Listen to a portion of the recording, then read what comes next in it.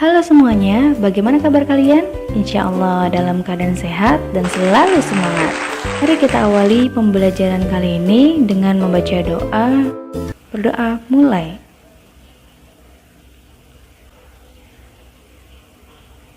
Berdoa selesai. Oh iya, sebelum kita lanjut, jangan lupa untuk subscribe, like, comment, and share video ini ke teman-teman kalian ya. Oke deh, tanpa menunggu lama lagi, yuk simak baik-baik videonya. Ya, di video kali ini kita akan membahas tentang seni lukis dan seni patung. Ya, adapun tujuan pembelajaran dalam memahami seni lukis. Yang pertama, siswa mampu mendefinisikan beberapa pengertian seni lukis. Siswa mampu mengelompokkan beberapa jenis lukisan. Kemudian siswa mampu menganalisis sebuah lukisan dan mengelompokkan berdasarkan aliran atau gaya dalam lukisan. Kemudian siswa mampu mempraktekkannya. Nah, kita harus tahu dulu nih, seni lukis itu apa ya? Nah, ini dia. Seni lukis adalah kebebasan berekspresi sebagai ungkapan perasaan manusia yang dituangkan dalam bidang dua dimensi. Dua dimensi adalah karya yang hanya memiliki panjang dan lebar, jadi hanya bisa dilihat satu arah ya. Kemudian gaya dan aliran lukisan. Di sini ada gaya representatif, ada gaya deformatif, dan gaya non-representatif. Gaya representatif adalah perwujudan gaya seni rupa yang menggunakan keadaan nyata pada kehidupan masyarakat atau gaya alam. Sedangkan gaya deformatif adalah perubahan bentuk dari aslinya sehingga menghasilkan bentuk baru namun tidak meninggalkan bentuk dasar aslinya. Nah, non-presentatif adalah gaya yang sulit dikenal, bentuk gaya ini sudah meninggalkan bentuk aslinya. Gaya ini berupa susunan garis, bentuk bidang, dan warna yang terbebas dari bentuk alam. Kemudian gaya representatif. Nah, di sini ada aliran naturalisme, ada realisme, dan romantisme. Naturalisme adalah aliran seni lukis yang penggambarannya alami sesuai dengan keadaan alam. Contohnya dari karya Indonesia yaitu Wakidi. Kemudian realisme. Realisme adalah aliran yang memandang dunia tanpa ilusi, apa adanya tanpa menambahkan atau mengurangi objek. Penggambaran sesuai dengan kenyataan hidup. Contohnya nih ada dari karya Masyuri Sragi yaitu keadaan pasar tradisional. Kemudian romantisme, aliran yang melukiskan cerita romantis, peristiwa dahsyat dan kejadian dramatis. Contohnya adalah karya Raden Saleh yang mengisahkan tentang penangkapan Pangeran Diponegoro. Kemudian ada pun gaya deformatif. Ada aliran ekspresionisme, impresionisme, surrealisme, dan kubisme.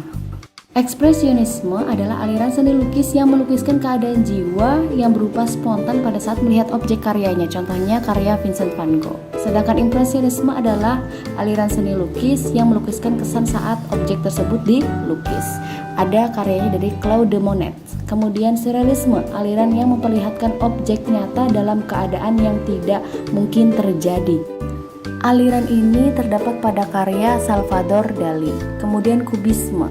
Kubisme aliran yang melukiskan bentuk geometri seperti segitiga, segi empat, kubus, lingkaran, dan lainnya. Adapun contohnya dari Indonesia yaitu karya Muchtar Appin. Nah, kemudian yang terakhir gaya non-representatif itu ada, bisa kita sebut abstraksionisme, yaitu bentuk yang sulit dikenal, bentuk dasar gaya sudah meninggalkan bentuk aslinya. Adapun contohnya dari karya Amri Yahya dan karya Ahmad Sadali. Selanjutnya tema seni rupa murni atau seni lukis. Yang pertama, hubungan antara manusia dengan dirinya. Kemudian yang kedua, hubungan antara manusia dengan manusia lainnya. Ketiga, hubungan antara manusia dengan alam sekitarnya. Keempat, hubungan antara manusia dengan benda. Dan kelima, hubungan antara manusia dengan aktivitasnya. Dan terakhir, hubungan antara manusia dengan alam khayal atau mimpi. Ya, kita masuk ke materi berikutnya yaitu seni patung. Adapun tujuan pembelajarannya, pertama siswa mampu mendeskripsikan pengertian dan fungsi patung. Siswa mampu mengenal bentuk dan jenis patung. Siswa mampu mendefinisikan alat dan bahan membuat patung. Kemudian siswa mampu menerapkan salah satu teknik dalam berkarya seni patung. Seni patung itu apa ya? Yuk kita simak. Ya, seni patung diartikan juga sebagai plastik art atau seni plastik karena patung identik dengan cipta karya manusia yang meniru bentuk. Patung ini termasuk cabang seni rupa 3 dimensi, Trimarta. Nah, berbeda dari 2 dimensi, 3 dimensi ini artinya karya seni yang memiliki panjang, lebar, dan tinggi. Jadi bisa dilihat dari segala arah. Ya, adapun fungsi patung. Di sini ada perwujudan patung berdasarkan fungsinya. Ada patung religi, patung monumen, patung arsitektur, patung dekorasi, patung seni, dan patung kerajinan. Patung religi fungsinya sebagai sarana ibadah. Contohnya ini ya, patung Buddha. Patung monumen fungsinya yaitu untuk memperingati peristiwa atau kejadian yang bersejarah. Contohnya seperti peristiwa G30 SPKI. Lalu ada patung arsitektur, tujuannya untuk penunjang dalam konstruksi bangunan yang bernilai estetika atau keindahan. Contohnya seperti bangunan pada di gambar ini. Kemudian patung dekorasi, tujuannya adalah untuk menghias bangunan atau lingkungan taman agar terlihat lebih indah dipandang. Contohnya seperti ini. Kemudian ada patung seni, tujuannya adalah sebagai karya seni yang hanya dinikmati keindahannya saja.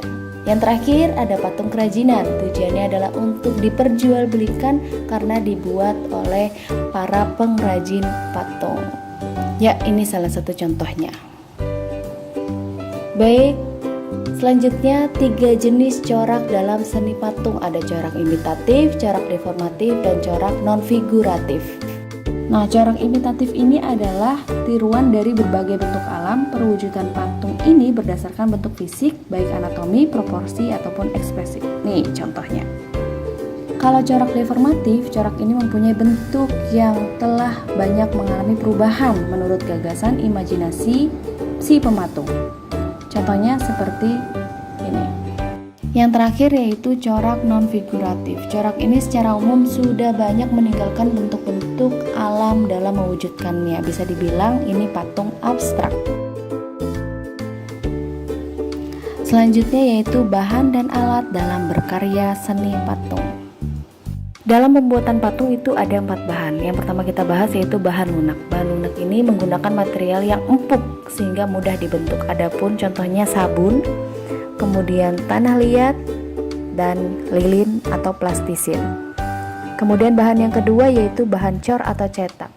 Bahan ini biasanya proses pembuatannya dalam bentuk cetakan. Contohnya seperti gipsum bahannya. Kemudian kalau bahan kimia ada resin. Kemudian ada timah. Yang ketiga yaitu bahan sedang. Bahan sedang ini menggunakan material yang tidak terlalu lunak dan tidak terlalu keras. Contohnya yaitu kayu waru, kayu sengon, dan kayu mahoni. Bahan yang terakhir yaitu bahan yang keras. Bahan keras menggunakan material yang keras sehingga sulit untuk dibentuk. Adapun contohnya batu granit, kemudian kayu jati, batu andesit, dan kayu randu. Kemudian alat-alat yang digunakan dalam membuat patung. Ada meja putar sehingga memudahkan si pengrajin untuk membuat patung. Kemudian ada pahatan, ya ada butsir untuk memahat patung, dan yang terakhir ada palu. Nah, adapun teknik dalam membuat patung. Pertama, carving atau memahat, modeling atau memijat, casting atau mencetak, assembling, konstruksi, dan plastering. Nama carving, proses pembuatannya itu dengan cara membuang bagian-bagian bahan yang tidak esensial. Adapun contohnya. Kemudian modeling, proses pembuatannya dengan cara menambahkan bahan baru pada bentuk yang sedang diproses. Contohnya juga ada. Kemudian casting, prosesnya setelah membuat model lalu membuat cetakan. Dari cetakan tersebut mulailah dibuat patung yang sesungguhnya. Kemudian assembling prosesnya menggunakan berbagai bahan yang diambil dari lingkungan sekitar, kemudian dirakit menjadi satu kesatuan. Lalu ada teknik konstruksi, sama seperti assembling, hanya saja hasilnya berbentuk arsitektur. Terakhir yaitu teknik plastering. Prosesnya yaitu dengan menempelkan, menambahkan sekaligus membentuk dengan bahan adukan semen. Ya, demikianlah materi di video kali ini. Sampai berjumpa pada pertemuan berikutnya. Terima kasih. Wassalamualaikum warahmatullahi wabarakatuh.